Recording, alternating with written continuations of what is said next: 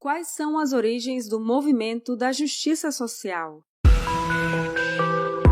Este é o Visão Libertária, sua fonte de informações descentralizadas e distribuídas. Após o assassinato de George Floyd, várias cidades americanas sofreram com revoltas assustadoras. Foi um vandalismo generalizado, com a destruição e roubo de propriedades comerciais e residenciais. Ônibus e estações de polícia foram queimados e caixas eletrônicos foram até mesmo explodidos usando dinamite. Mas calma, não precisa se preocupar. Como a altamente confiável CNN nos informou, foram protestos incendiários, mas majoritariamente pacíficos. Talvez o ápice de todo esse absurdo tenha sido a formação de um estado anarco-comunista no centro da cidade de Seattle, no qual rebeldes tomaram uma região de vários quarteirões, enfrentaram a polícia local e declararam independência dos Estados Unidos da América. Denominada por CHAZ, sigla em inglês para Capitol Hill Autonomous Zone, Zona Autônoma de Capitol Hill, este estado rapidamente acabou ficando sem comida, colapsando e se tornando uma ditadura liderada pelo artista de hip-hop Raz Simone. Incrivelmente, a polícia de Seattle se recusou a fazer uma intervenção e o prefeito da cidade comparou o evento com uma grande festa. A mídia noticiou tudo como se fosse um protesto pacífico. Tudo isso era uma mentira, já que os manifestantes danificaram vários prédios e vandalizaram monumentos do local. Como uma sociedade supostamente racional conseguiu chegar a tal ponto? O que explica uma reação tão extrema a um único assassinato? Assassinato este pelo qual o autor foi devidamente identificado, julgado, condenado e preso. E por que a grande mídia não denunciou estes abusos? Pois bem, vamos explicar aqui o que é o movimento da justiça social, que é a ideologia das pessoas que causaram todo esse caos. De uma maneira bem geral, esse é um movimento com raízes marxistas, que prega a luta contra estruturas opressivas supostamente baseadas em uma hierarquia de poder. Explicaremos melhor como essas estruturas são caracterizadas, mas primeiro precisamos deixar bem claro aqui uma coisa: nem todos os movimentos sociais são inválidos. O movimento da justiça social vai exatamente contra os ensinamentos de Martin Luther King Jr., pois pregam que as pessoas devem sim ser julgadas pela cor da sua pele. Isso, pois, ao invés de vir de uma tradição liberal, esse movimento vem da escola marxista, que na prática prefere destruir as pessoas de sucesso para que todos sejam iguais na miséria. Podemos relacionar os princípios da justiça social com teorias que se difundiram na Europa após a Segunda Guerra Mundial. Em um certo momento, ficou absolutamente claro para todos que o comunismo tinha falhado, já que os países comunistas eram mais pobres que os capitalistas. Quando os marxistas perceberam tamanho fracasso, eles precisaram criar novas teorias que explicassem o porquê da revolução ter falhado. O objetivo de tais teorias era buscar um caminho diferente tanto do capitalismo quanto do comunismo soviético. Uma dessas vertentes marxistas é a Escola de Frankfurt, com sua teoria crítica. Nas palavras do filósofo e sociólogo alemão Max Horkheimer, que chegou a ser diretor do Instituto para a Pesquisa Social da Universidade de Frankfurt, o propósito da teoria crítica não é descrever a realidade, e sim mudar a realidade. É alcançar a emancipação dos seres humanos das circunstâncias que os escravizam. Importante observar aqui a velha ideia socialista de que um grande sábio pode esculpir a sociedade, mas também uma ideia nova, a de que sociedades e culturas são construções sociais, ou seja, não têm relação com a realidade objetiva. Aspas para o também filósofo e sociólogo alemão Herbert Marcuse: a verdade da arte se encontra no seu poder de quebrar o monopólio da realidade estabelecida para definir o que é real. A interpretação feita por alguns intelectuais que desenvolveram a teoria crítica é que a cultura ocidental tinha sido construída pela burguesia. Na cabeça desse pessoal, Foi por isso que o comunismo tinha falhado, já que a cultura define a realidade, então seria necessário desconstruir a cultura burguesa para que as pessoas comuns finalmente pudessem executar a revolução do proletariado. Outro ramo da filosofia, fundado a partir das ideias de Marx, foi o pós-modernismo. Esse movimento se opõe à racionalidade do iluminismo, dizendo que devemos duvidar de tudo. Afinal, de acordo com eles, qualquer história que possa ser contada não passa de uma narrativa, um mero construto que foi elaborado em busca de poder. Ou seja, basicamente, a verdade objetiva não existe. Ela é criada pelos humanos e todas as crenças devem ser igualmente respeitadas. Veja, por exemplo, o que pensa sobre a lei o filósofo francês Michel Foucault, que rejeitava o rótulo de pós-modernista, mas é frequentemente associado a essa escola. Abre aspas, o Código Penal não foi criado pelas pessoas comuns, nem pelos aldeões, nem pelos proletários, mas inteiramente pela burguesia como uma arma tática importante neste sistema de divisões que eles desejavam introduzir. Fecha aspas. Só tem um probleminha aqui. Se você estudar a história da legislação no mundo ocidental, verá que essa visão simplista de Foucault é objetivamente falsa. Foi a fusão dessas duas filosofias que acabou por criar o monstro da lacração. A ênfase no proletariado foi substituída pelas minorias, que seriam os grupos oprimidos pela cultura burguesa. O objetivo do movimento é, então, desconstruir as histórias dos grupos opressores, já que elas são simplesmente narrativas para ganhar poder e, assim, liberar os oprimidos. Para eles, as pessoas que tentam perpetuar as estruturas opressoras são más. O grande pensador canadense Jordan Peterson se refere à justiça social como marxismo cultural pós-moderno, sendo criticado por isso.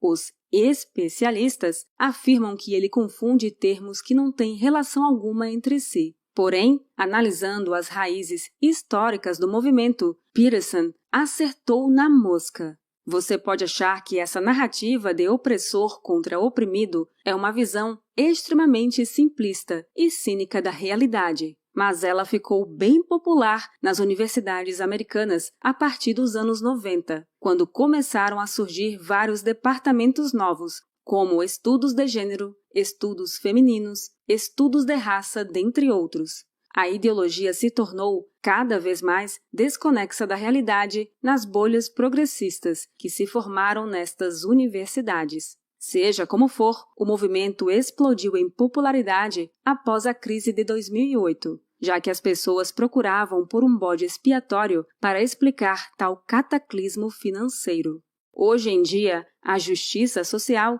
está bem difundida pela cultura e pela sociedade, e parece ter uma grande influência sobre a grande mídia e departamentos de RH ao redor do mundo. Uma das narrativas mais empregadas é a de que qualquer disparidade de resultado entre as raças e entre os sexos é o produto de uma estrutura opressiva. Por exemplo, se em um curso de engenharia civil se formam mais homens do que mulheres, é culpa do patriarcado opressor. Mas isso ignora totalmente a natureza humana. Existem mais homens que querem ser engenheiros do que mulheres com esse desejo. Por outro lado, existem mais mulheres que querem ser enfermeiras. A natureza humana é tal que a preferência dos homens é diferente da preferência das mulheres, e isso não é uma construção social. Não podemos mudar a natureza. Você já deve ter ouvido falar que a diferença de remuneração entre os sexos é de 30%, mas essa história não faz sentido algum. Pense bem, se fosse mais barato contratar uma mulher do que um homem para sua empresa, você só contrataria mulheres. A demanda por funcionárias do sexo feminino subiria e a demanda por homens cairia. Assim, no livre mercado, os salários acabariam por se igualar. De fato, se analisarmos os dados de salários para profissionais no mesmo emprego e com a mesma experiência, a diferença de salários entre homens e mulheres fica bem pequena, em qualquer país do mundo, da ordem de 5% ou menos. Essa pequena diferença pode ser explicada por leis estatais, como a obrigatoriedade de licença maternidade com remuneração integral. Outro problema com esse movimento social é que, na sua ânsia por ser politicamente correto, ele acaba chegando a conclusões um tanto controversas. Por exemplo, veja esse infográfico do Smithsonian, a mais importante rede estatal americana de museus, instituições educacionais e de pesquisa. Nele estão definidos alguns elementos do que é chamado de cultura branca ocidental, que supostamente é a cultura que foi normalizada nos Estados Unidos. Dentre os elementos da suposta cultura, temos o método científico, o pensamento objetivo e racional, o trabalho duro, o respeito à autoridade, a baixa preferência temporal, a pontualidade, as boas maneiras, entre outros. Aqui cabem diversas objeções. Primeiramente, note que essas características não são exclusivas do Ocidente, muito menos das pessoas brancas. Não é preciso dizer que todos os indivíduos de todas as etnias usam a racionalidade para tomar suas decisões. De fato, outros povos descobriram, de forma independente dos europeus, que trabalhar duro, pensar no futuro e tratar bem os seus vizinhos são, sim, bons costumes. Além disso, se essas características supostamente ocidentais são indubitavelmente positivas e que todas as pessoas se beneficiariam em cultivar, qual é o propósito de desconstruir uma cultura que se tornou bem-sucedida após milênios de evolução? Todos os povos acabaram por reconhecer que o método científico é muito bom para a construção de conhecimento, adotaram a ciência ocidental voluntariamente e abandonaram suas crenças sobrenaturais. O argumento de que esses hábitos reforçam estruturas de opressão cai por água abaixo. É fato que existem pessoas de má índole, mas elas não são maioria. Não devemos buscar, junto ao Estado, a solução para esses problemas. Acredito que os piores pecados dos justiceiros sociais são cometidos quando eles tentam usar o Estado para infringir nas liberdades individuais, principalmente quando a solução que eles propõem envolve uma lei discriminatória, o que fere o direito natural. Esse tipo de lei, mais cedo ou mais tarde, será abusada pelo Estado. E, ironicamente, as pessoas mais pobres e marginalizadas da sociedade tendem a ser as mais prejudicadas. Nós, libertários, defendemos que a liberdade de expressão deve ser absoluta. Não cabe a ninguém escolher as palavras que você vai usar. Essa é uma escolha sua. É sua liberdade individual. É muito importante lutar para que leis que coíbam tal liberdade não sejam instauradas. Para saber mais sobre liberdade de expressão, confira o vídeo Quem defende a liberdade de expressão, aqui no Visão Libertária. O link está na descrição. Outra situação, ainda mais horrorosa, ocorre também no Canadá. Lá, crianças menores de idade podem obter uma prescrição médica para bloqueadores de puberdade e hormônios, além de poderem se submeter à cirurgia para mudança de sexo com poucos meses de acompanhamento profissional. E tudo isso sem o conhecimento e nem o consentimento dos pais. É uma tragédia imensurável. Atualmente, uma lei que visa tornar esse processo ainda mais célere e menos dependente de prescrição médica tramita no Legislativo canadense.